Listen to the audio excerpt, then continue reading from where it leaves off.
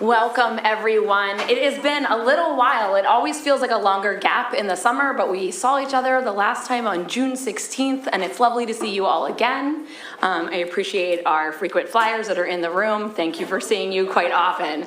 So, welcome. It's the August 18th, 2025 regular meeting of the Board of School Directors. This meeting is available Zoom webinar, live stream, and is being recorded with sound for public broadcast. All participants via the webinar who wish to comment will need to use the chat feature, which will be enabled during the audience recognition period of the agenda.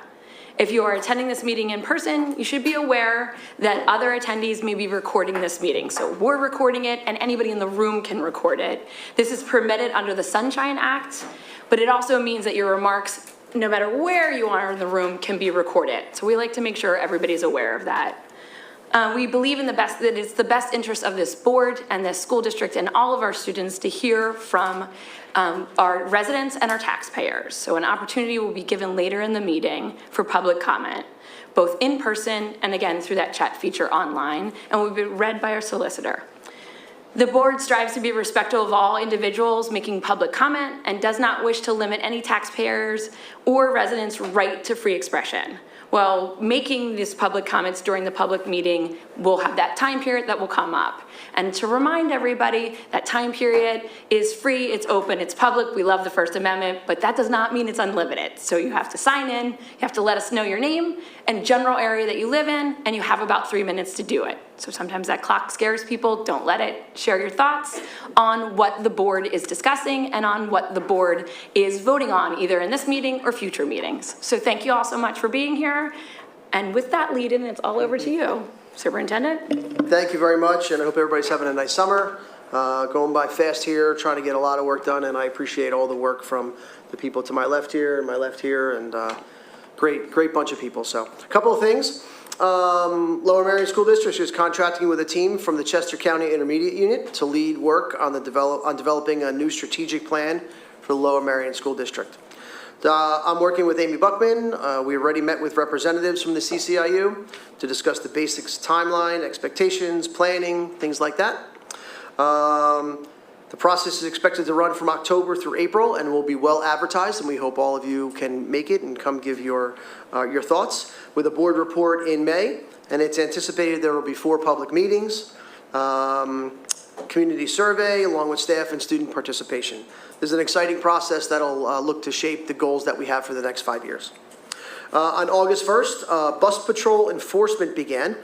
LMSD, Lower Merion Township, and Narberth Borough have collaborated on this effort to keep our students safe. Stop arm cameras have been installed on all of our school buses. These cameras capture images of vehicles that pass the buses when their red lights are flashing and the stop arm is extended. Please note that violators are fined $300 and the fines, I think, will be mailed to their houses, so they don't even have to be stopped. Congratulations are in order for the Lower Merion High School senior David Shen, who was selected as one of only 100 Coolidge Senators by the Coolidge Scholarship Competition.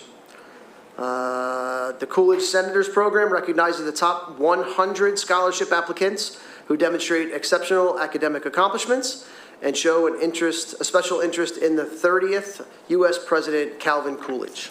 Congratulations. Lower Merion High School's Nick Mazzio and Violet Willen both took home 4th place finishes and All-American honors at the 2025 New Balance National Outdoor Track and Field Championships.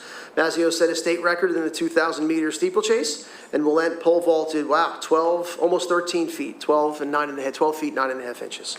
So, a couple of service announcements. We will be approving, I put forth a recommendation for the board to approve the 26-27 school calendar, so please check that out.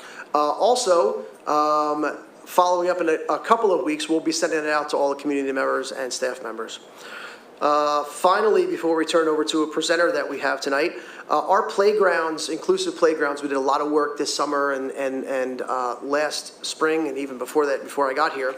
And working with our architects, they've been great. Heckendor and Childs, they've been terrific. They've kept their timeline. There was supposed to be a presentation in August. And I made the suggestion that we push it off to September, number one, because a lot of people were on vacation. And number two, it'll give us a little more time to present a little bit better than what we were ready for when we would have done it last week, or earlier this week. Last week at our F&B meeting, so. And with that, I turn it over to Erin Todd from the Pennsylvania School Boards Association for a presentation on how great we are. Is there anything I need to do with the mic, or am I live? Oh, all right, great. Well, good evening, everyone. My name is Erin Todd. I'm a Senior Training and Outreach Manager with the Pennsylvania School Boards Association. I'm pleased to be here on behalf of PSBA, our governing board, staff, and the entire association to celebrate Lower Merion School District as a great PA school.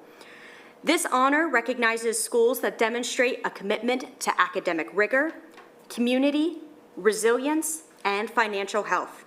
We applaud you for your dedication in all of these areas. This achievement is an opportunity for Lower Merion to promote public education excellence in your community. Take the time to celebrate your great PA school designation.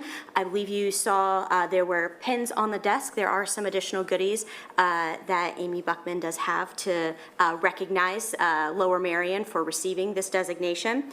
So at this point, I'd like to say congratulations and thank you for allowing me to be a part of such an important milestone at your district. So I'll give applause for you guys. Thank you. We are cruising along nicely. This is the way we want to begin August. Sorry if I'm making too much noise. The gavel's jumping up. So committee reports. Again, we're going to cruise through this really nicely. The August 14th was the only committee that we had. And so extra credit goes to Facilities and Purchasing Committee for a meeting in the summer and doing the work that they need to get done in purchasing things. So go for it, team. Sure, yeah.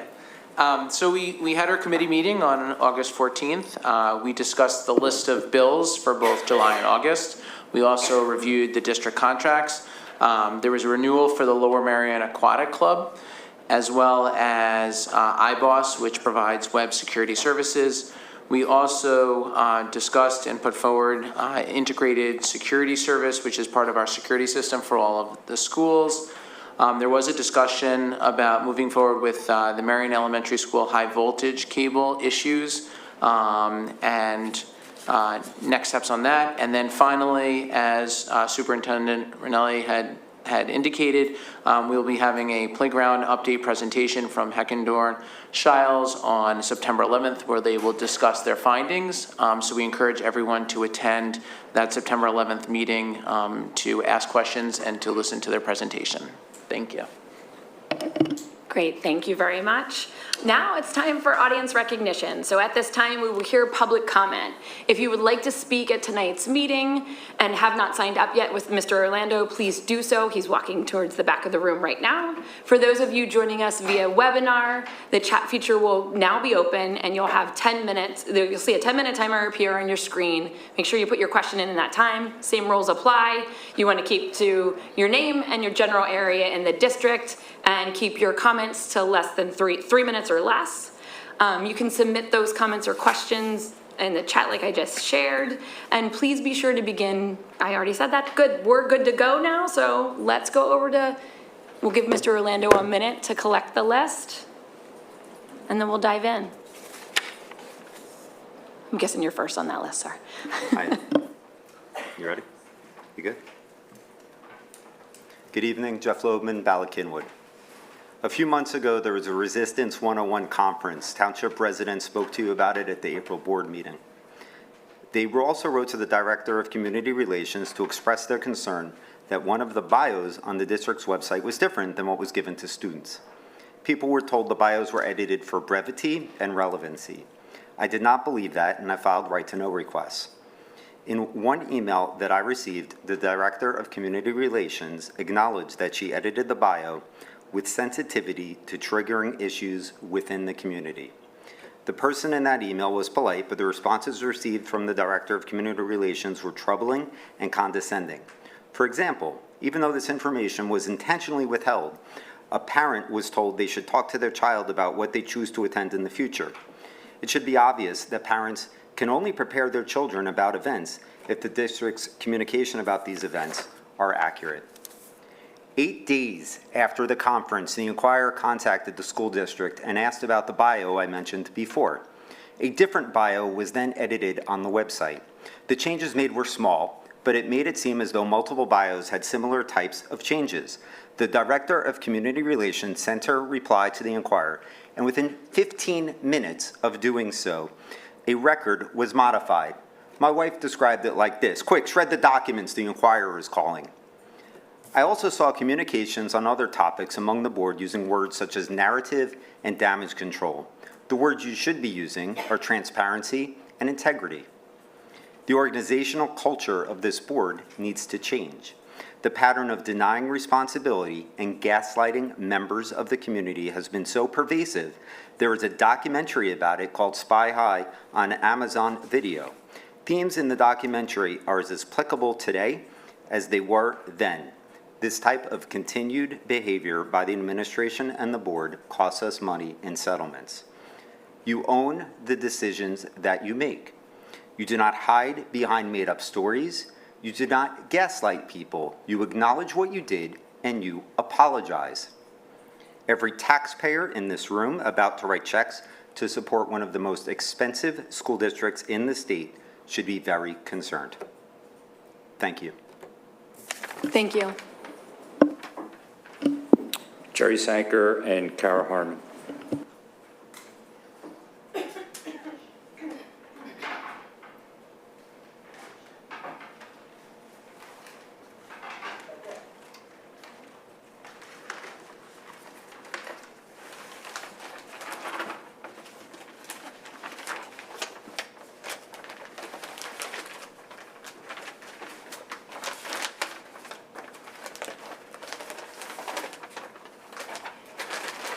Jerry, you need an easel, Jerry?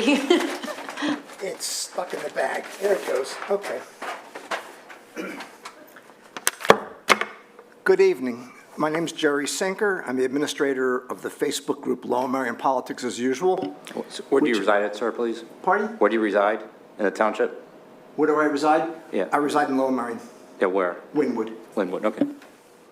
I'm the administrator of the Facebook group Lower Merion Politics as Usual, which has nearly 2,700 members, most of whom are Lower Merion and Narberth residents. There are even some school district staff and board members in the group who have occasionally shared posts and comments. After Lower Merion High School's SAGE conference, the district posted about the event on its website, and it also posted a link to the story on the district's official Facebook page. However, the Facebook page was deleted after critical comments appeared. I would be interested in hearing the solicitor's thoughts on the legality of the district removing its own posts from an official district social media page after those posts drew critical comments. The SAGE conference featured former Lower Merion High School students returning as alumni. And as Jeff mentioned, the biography of one of the students was scrubbed, and the others were barely touched at all. So when community members raised the discrepancy, there was a discussion on our Facebook group, and the mention of brevity, gravity, and relevancy came up. And I questioned whether or not that was actually the words of the Director of Communications. So I sent an email to the Director of Communications, and if you can see here, it went, Amy, is this an accurate quote? Email edited the submitted bios and wrote the website posting she stated. She edited for brevity, grammar, and relevancy. A pretty benign request, I would think, okay? Then what happened? Amy Buckman forwarded the email to the superintendent and to the president of the school board, and she asked, at this time, I'm not planning on replying to this blogger unless you feel otherwise. And then we had a response, not from the superintendent, but from the president of the school board, whose response was, nope. Okay, so What example are we setting for our students when alumni biographies are quietly sanitized, when public social media posts are deleted simply because they attract critical comments, when a straightforward request to confirm an action taken by the district communication director is met not with an honest answer, but with deliberate silence, a silence that is explicitly endorsed by the president of the school board? This is not one student's politics, nor one administrator's judgment call. It's about whether or not the district is a model of transparency and accountability, the very principles we say we value in education. Thank you.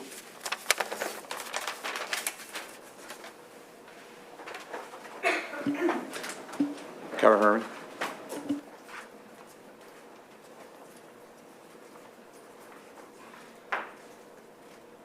Hi there, I'm Kara Herman from Bala Cynwyd, and I'm the president of the Committee for Special Education. And I know our board has heard me speak at this podium many times. And I usually come here to talk about issues of special education and topics that have to do with that. As my job as president of this organization is to have communications with parent, guardian, student communities in our 11 school buildings and pretty much notice when trends happen or like different age groups are having similar problems or communication glitches here and there, and to alert our school board and our administrative leadership about those trends that can be solvable problems. I'm noticing that in the community in a different way, not having to do with special education. And I wanted to just take a moment to address the board on it. As people out in the community, for some reason, come to myself and other parent leadership positions to voice concerns, mainly having to do with this community comment area of the traditional meeting structure.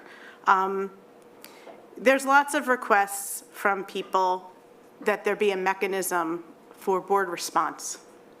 And I find myself, as attending every meeting throughout the school year, noticing that some things get said with responses and some things get said without responses.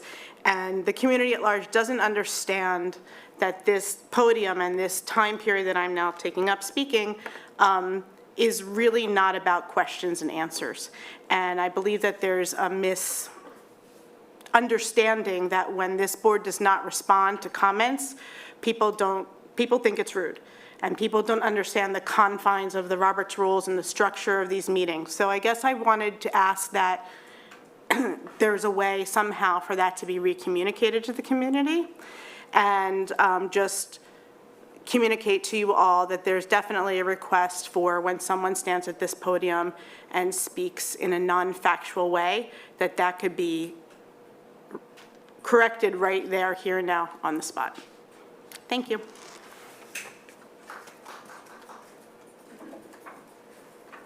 There are no more in-person. No more in-person community comments. How about online? Well, so far there's only one. There's still a little bit of time left. Wilson Chong, Bala Cynwyd. With the sweeping changes at the top of our government, especially in terms of DEI and transgender issues, how come no changes have been made for this district? Do changes only happen when Democrats are elected and ignored when Republicans win? There is a good reason why Republicans won the popular vote. The majority of Americans do not agree with your racist and sexist policies. That is the only chat comment, and the time for chat comments is now expired. Wonderful, thank you so much. Now let's move on. Let's move forward to tonight's agenda. So do I have a motion to approve all items listed on the consent agenda? So moved. Second? Second. Any discussion? All in favor? Aye. Any opposed? Abstentions? Motion passes. Mr. Ruse, will you now make an announcement required by the Pennsylvania Sunshine Act? Yes, the board met earlier tonight in an executive session regarding confidential personnel matters and confidential real estate matters. Wonderful, thank you. And next meeting, okay, everyone, board meetings, the dates will be held, and remember, board meetings are always in this room at 7 p.m., also online, live stream and Zoom. So September 15th is the next regular business board meeting. Committee meetings will also be held either in the boardroom or on Zoom. So September 5th is the policy committee meeting. September 8th is the curriculum committee meeting at 7 p.m. Policy meeting is at, what time is it at again, 9:30? 9, okay. And the September 11th, facilities and purchasing at 9:30 via Zoom. So thank you all very much, and with that, our meeting is adjourned. Thank you.